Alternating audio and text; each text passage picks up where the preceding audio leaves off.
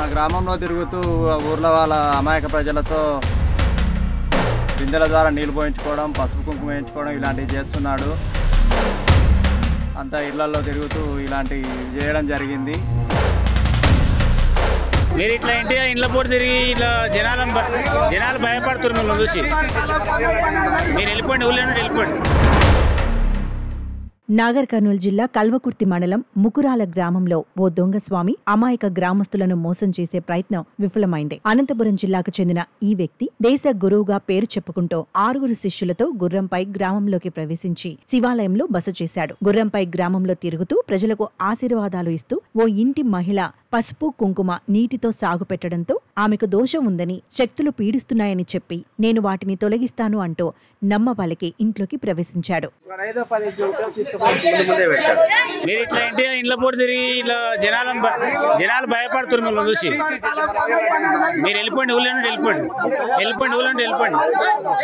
ఇల్లు ఉండకండి, వెళ్ళిపోండి. మీరు వెళ్ళిపోండి. ఎక్కడ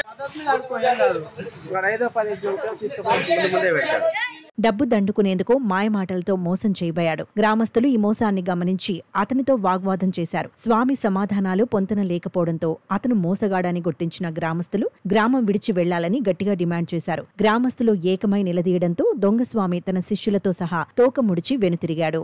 నా పేరు బత్తుల శ్రీను, మాది ముకురాల గ్రామం. దేశగురు అని ఒక వ్యక్తి వచ్చాడు.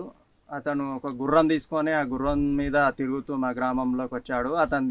అతను మా గ్రామంలో తిరుగుతూ ఊర్లో వాళ్ళ అమాయక ప్రజలతో ఆయన బిందెల ద్వారా నీళ్లు పోయించుకోవడం, పసుపు కుంకుమ వేయించుకోవడం ఇలాంటివి చేస్తున్నాడు.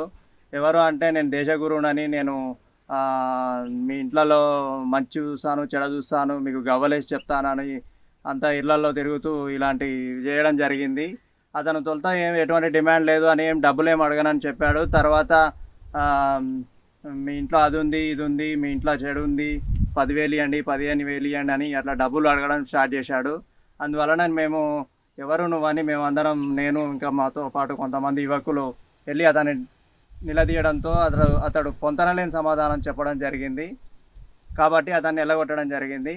ఇలాంటి దొంగ స్వాములు చాలామంది ఇలా వస్తూ ఉంటారు గ్రామాల్లోకి. అందుకని గ్రామాల్లో ఉన్న ప్రజలు ఎవరు కూడా మోసపోవద్దని తెలియజేస్తున్నాం.